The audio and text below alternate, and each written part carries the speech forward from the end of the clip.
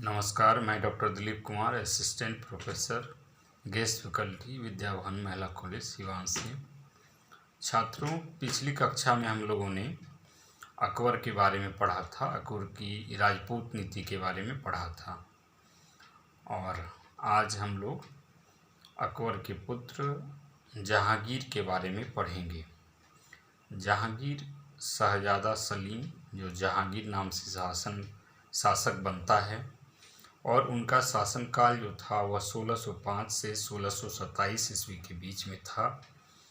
जैसा कि हम जानते हैं, उनके पिता का नाम अकबर था और उनका जो जन्म हुआ था वह 30 अगस्त 1569 ईस्वी में हुआ था।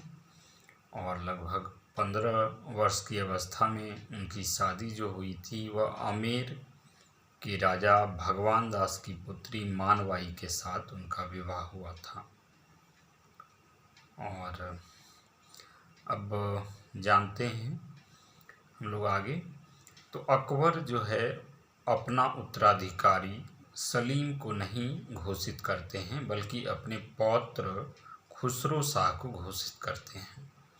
इसका वजह यह है कि सलीम जो है अकबर के जिंदा रहते ही विद्रोह करते हैं, विरोध करते हैं। इसके वजह से अकबर जो है अपना उत्तराधिकारी खुसरो शाह को चुनता है।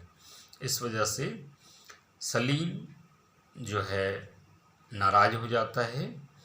और नाराज होने के बाद, लेकिन जब अकबर की अंतिम अवस्था होती है, अकबर 1605 ईस्वी में अकबर का देहांत होता है। वह पेचिश रोग की वजह से अकबर का देहांत होता है। तो अकबर की जब अंतिम अवस्था थी तो जहांगीर जाता है अकबर के पास और उनसे क्षमा मांगता है और अपने किए हुए कारनामे के लिए उनसे माफ़ करने को कहता है।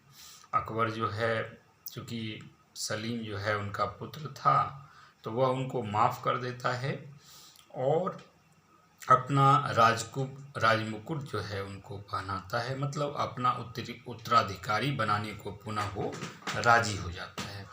और इस प्रकार से जो है, जहाँ खुसरो को उत्तराधिकारी बनाया था अकबर, पुनः वो जहांगीर, जिसका नाम सलीम था, तो सलीम को वह अपना उत्तराधिकारी बनाता है। और सलीम जो है अक्टूबर 1605 ईस्वी में अकबर की मृत्यु के उपरांत जो है वह शासक बनता है।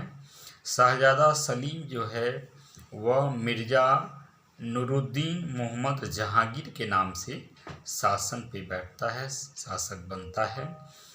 और उनका जो पुत्र था, जैसा आप पहले ही जान चुके हैं कि अकबर ने उनके पुत्र खुसरो को अपना उत्तराधिकारी घोषित किया था। तो खुसरो जो है जहांगीर के शासन पे बैठते ही 1606 ईस्वी में वह विद्रोह कर देता है अपने पिता के विरुद्ध में, जहांगीर के विरुद्ध में। तो इसके पीछे कई कारण थे। खुसरो शाह जो था अपने पिता से काफ़ी रुष्ट थे। इसका वजह एक यह था कि सलीम अथवा जहांगीर की जो शादी मानवाई से हुई थी, तो कहा जाता है कि जहांगीर जो थे वो काफ़ी शराब का व्यसनी थे। और इतिहासकार यहाँ तक कि बताते हैं कि वो दिन भर में लगभग 20 प्याले शराब गटक जाते थे, पी जाते थे।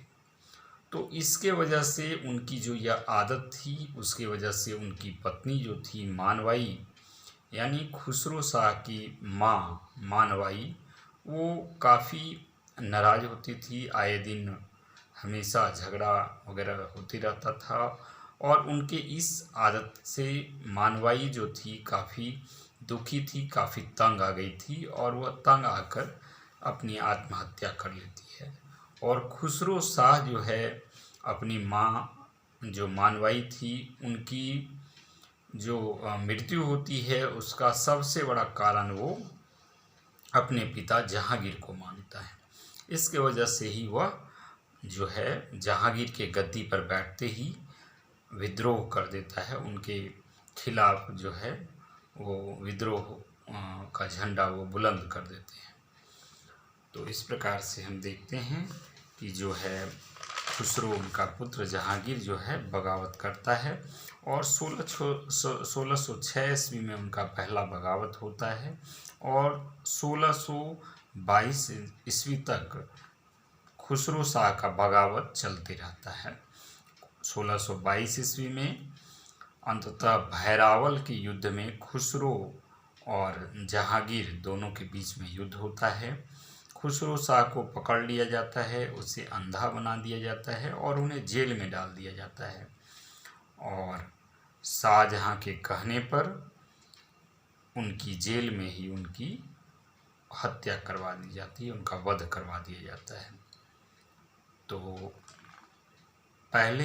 इसके पहले हम जानते हैं कि जो विद्रोह किया था 1606 ईस्वी में 6 ईस्वी में जब खुसरो शाह ने अपने पिता जहांगीर का विद्रोह किया था, उनके विरुद्ध जब वो विरोध किया था, तो वो सिख के 5वें गुरु अर्जुन देव के पास गए थे और सिख के 5वें गुरु अर्जुन देव उनको आशीर्वाद दिए थे और पुनः जो है मानसिंह की जो राजा मानसिंह थे उनकी बहन ही मानवाई थी, यानी कि खुसरो शाह मानसिंह का भांजा था, तो मानसिंह भी अपने भांजे के समर्थन में आया था। पुनः मिर्ज़ा अजीज़ कोका भी खुसरो का साथ देते हैं। तो अर्जुन देव के प्रति नाराज़गी की एक सबसे बड़ी वजह थी जहांगीर का कि अर्जुन देव जो है जहांगीर के पुत्र खुसरो शाह को आशीर्वाद देते हैं, मतलब वह उनके पास गया था सिख के 5वें गुरु अर्जुन देव के पास। तो इसके वजह से जहांगीर जो थे वो नाराज थे उनसे, अर्जुन देव से, और जब वो शासन पे बैठते हैं तो वो अर्जुन देव को यह कहते हैं, संदेश भेजते हैं कि 4 लाख रुपया वो सरकारी खजाने में जमा करे अथवा मृत्युदंड को वो स्वीकार करे। तो गुरु अर्जुन देव जो है वो जुर्माना जमा करने को राजी नहीं होते हैं और अर्जुन देव को अंततः जो है अर्जुन देव की हत्या करवा दी जाती है, उनको करा दी जाती है, उनकी मृत्युदंड उनको दे दिया जाता है। तो इस प्रकार से हम देखते हैं कि 1622 ईस्वी में जो है भैरावल के युद्ध में जो है के बाद खुसरो शाह का अंत हो जाता है। अब आइए जो जहांगीर का शासन जो था वह चलता है, वह बहुत ही न्यायप्रिय शासक था और वह अपने दरबार में एक सोने की जंजीर भी लगा रखा था। कोई भी व्यक्ति जब जहांगीर के दरबार में न्याय मांगने आता था तो वह घंटियां बजाता हुआ आता था, राजा उसका न्याय करता था। इस प्रकार से जहांगीर जो है वह न्यायप्रिय शासक था। लेकिन उनका जो शासन शुरू होता है तो पुनः उनकी ज़िंदगी में नूरजहां आती है, जिनका वास्तविक नाम मेहरुनिसा था। तो हम लोग मेहरुनिसा अथवा नूरजहां जो एक ढंग से वास्तविक शासक बन जाती है, उनके बारे में हम लोग थोड़ा सा विस्तार पूर्वक जानते हैं आज। नूरजहां जिसका वास्तविक नाम मेहरुनिसा था, मेहरुनिसा के पिता गयास बेग जो अफ़गान थे और उनकी माता अस्वत बानो बेगम थी और अफ़गानिस्तान से भारत नौकरी करने के लिए मेहरुनिसा के पिता गयास बेग आए थे और उनकी माँ अस्वत बानो बेगम उस समय गर्भवती थी और एक पुत्री को जन्म देती है मेहरुनिसा को।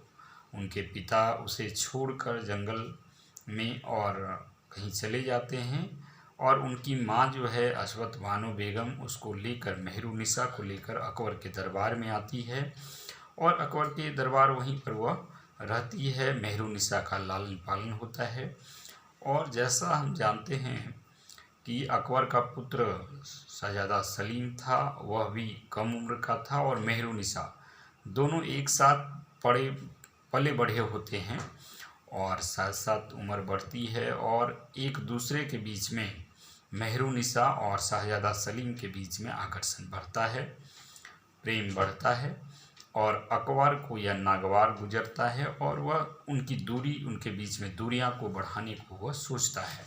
और मेहरुनिसा की शादी जो है 1594 ईस्वी में अली कुली खान से, जो अफगान था, उससे शादी कर दी जाती है। और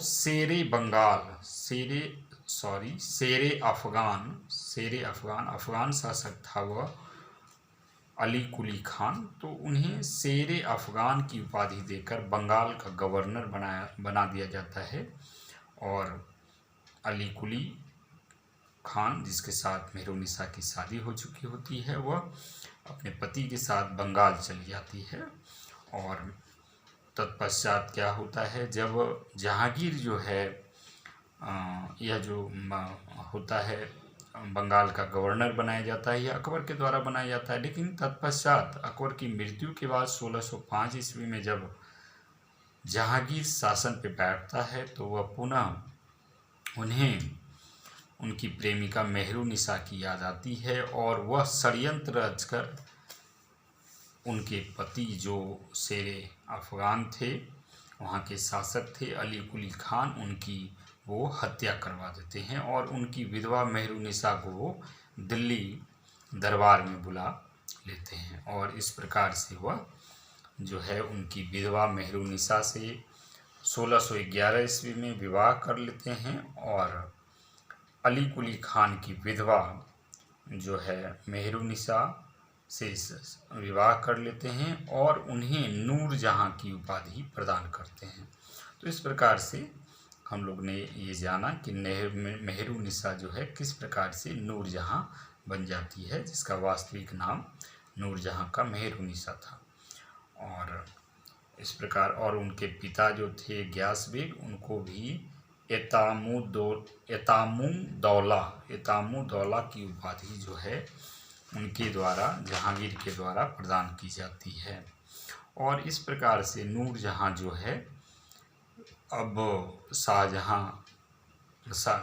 शाहजादा सलीम हैं, जहांगीर जो हैं उनकी पत्नी बन जाती है, रानी बन जाती है और धीरे धीरे सत्ता नूरजहां अपने हाथों में ले लेती है। चूँकि वह एक विदुषी महिला थी, काफ़ी विद्वान महिला थी और अपने नाम की मोहरें भी बनवा लेती है और झरोखा दर्शन भी देती है। झरोखा दर्शन उसे कहा जाता था जो राजा वगैरह अपनी जनता को समय समय पर उनको जो है प्रदर्शन, मतलब उनको दर्शन देती थी और उसी को झरोखा दर्शन कहा जाता था। तो वो अपनी मोहरें भी बनवा लेती है नूरजहां और झरोखा दर्शन भी जनता को देती है। तो इस प्रकार से हम देखते हैं कि किस प्रकार से मेहरुनिसा जो है, जिन्हें जहांगीर के द्वारा नूरजहां की उपाधि दी जाती है, वह जहांगीर के साथ शासन में भागीदार बनता है और किस प्रकार से अपनी शक्ति को बढ़ाता है, अपने हाथों में ले लेता है। अगली कक्षा में हम लोग मेहरुनिसा अथवा नूरजहां और शाहजादा सलीम के आगे के शासन के बारे में विस्तार पूर्वक जानेंगे।